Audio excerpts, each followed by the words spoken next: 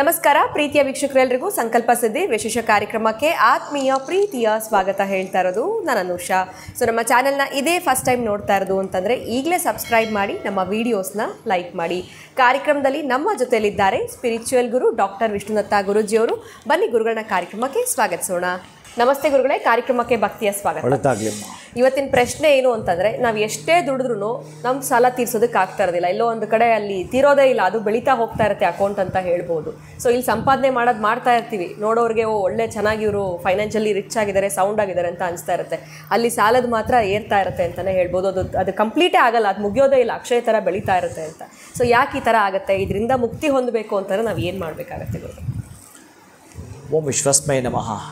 ಪ್ರೀತಿಯ ಬಂಧುಗಳೇ, ಬಹಳಷ್ಟು ಮಂತ್ರಗಳಿವೆ, ಬಹಳಷ್ಟು ಅದೇ ರೀತಿಯ ತಂತ್ರಗಳಿವೆ. ಇದಕ್ಕೆ ಯಾರ್ಯಾರಿಗೆ ಯಾವ ತಂತ್ರ ಕೈ ಹಿಡಿಯುತ್ತೆ ಗೊತ್ತಿಲ್ಲ.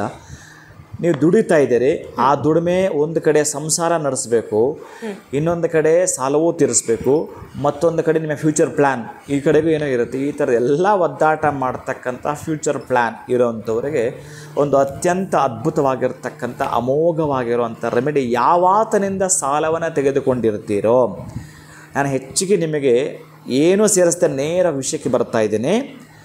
ಯಾವಾತನಿಗೆ ನೀವು ಸಾಲ ಕೊಡೋಕ್ಕಾಗ್ತಾ ಇಲ್ವೋ ಆ ವ್ಯಕ್ತಿ ಹೆಸರನ್ನು ನೀವು ಭುಜಪತ್ರೆಯಲ್ಲಿಯೇ ಬರೀಬೇಕು. ಭುಜಪತ್ರೆ ಅಥವಾ ಭುಜಪತ್ರೆ ಅಂತ ಕರೀತಾರೆ. ಅದು ಗಂದಿಗೆಣ್ಣೆ ಸಿಗುತ್ತೆ, ಈಸಿಯಾಗಿ ಸಿಗುತ್ತೆ ನಿಮಗೆ. 10 ರೂಪಾಯಿಗೆ ಒಂದಷ್ಟು ಕೊಡ್ತಾನೆ. ಆ ಭುಜಪತ್ರೆಯಲ್ಲಿ ಅವನ ಹೆಸರನ್ನು ಸಣ್ಣದಾಗಿ ಅದನ್ನು ಕಟ್ ಮಾಡಿಕೊಂಡು, ನಿಮ್ಮ ಅಂಗೈ ಅಗಲದಲ್ಲಿ ಒಂದು ಅರ್ಧದಷ್ಟು ಅದನ್ನು ಕಟ್ ಮಾಡಿಕೊಂಡು ಒಂದು 8 ಪೀಸ್ ಮಾಡಿಕೊಂಡು ಆ 8ರಲ್ಲೂ ಅವನ ಹೆಸರು ಬರೀಬೇಕು. ಆ 8ರಲ್ಲೂ ಅವನ ಹೆಸರು ಬರೀಬೇಕು. ಒಂದು ಸಣ್ಣದಾಗಿರ್ತಕ್ಕ ಒಂದು ಖರ್ಚಿಪ್ ಮಾಡ್ಕೋಬೇಕು. ನಿಮ್ಮ ಕೈಯಲ್ಲಿ ಒಂದು ಹಿಡಿ ಉಪ್ಪು, ಆ ಉಪ್ಪು ಅದಕ್ಕೆ ಹಾಕಬೇಕು.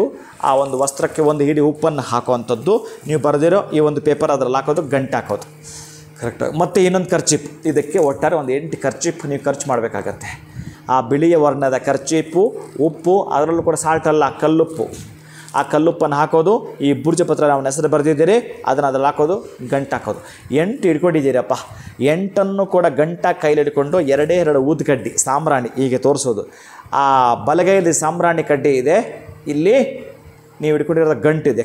ಯಾವತ್ತನ್ನು ಕೊಟ್ಟಿದ್ದು ಅವನಿಗೆ ಏನು ಮಾಡೋದು ತೀರ್ಸೋಕ್ಕಾಗ್ತಾಯಿಲ್ಲ. ಅವನು ಋಣ ಎಂಥ ಋಣವೋ ಏನೋ ಅದು. ಅವನೇನು ನಮಗೆ ದುಡ್ಡು ಕೊಟ್ಬಿಟ್ಟು ಉಪ್ಪಲ್ಲಿ ಕೈ ಇಟ್ಬಿಟ್ಟು ಏನೋ ಅಂತಿರ್ತಾರೆ ಕೆಲವರು, ಹಾಗೆಲ್ಲ ಮಾತಾಡ್ತಿರ್ತಾರೆ. ನೀವು ಕೇಳಿಸ್ಕೊಂಡಿದ್ದೀರಾ?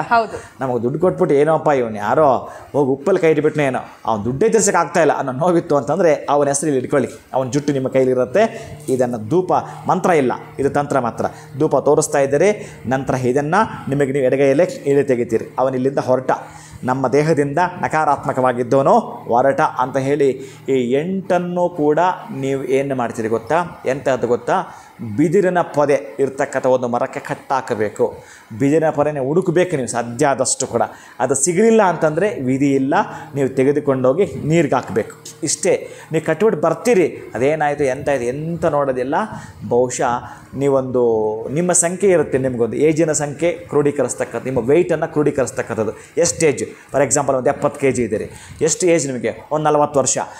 70 ಒಂದು 40 ಒಂದು 110. 110ದಿಂದ ಲೆಕ್ಕ ಚುಕ್ತಾ ಒಂದು ನಿಮಗೆ ಲಾಟ್ರಿನೇ ಹೊಡೀತು, ನಿಮ್ಮ ಅಣ್ಣನೇ ಸಹಾಯ ಮಾಡೋದು, ಇನ್ಯಾರು ನಿಮ್ಮ ಮಿತ್ರ ನಾನು ಸೇಲ್ ಮಾಡಿದ್ದೆ ಜಮೀನು ದುಡ್ಡು ಬಂದು ತಗೊಂಡು ಅವ್ನು ಕೊಟ್ಬಿಡು ಅಂತ ಅನ್ನೋದು, ಏನೋ ಒಂದು ಚಮತ್ಕಾರ ನಡೆಯುತ್ತೆ.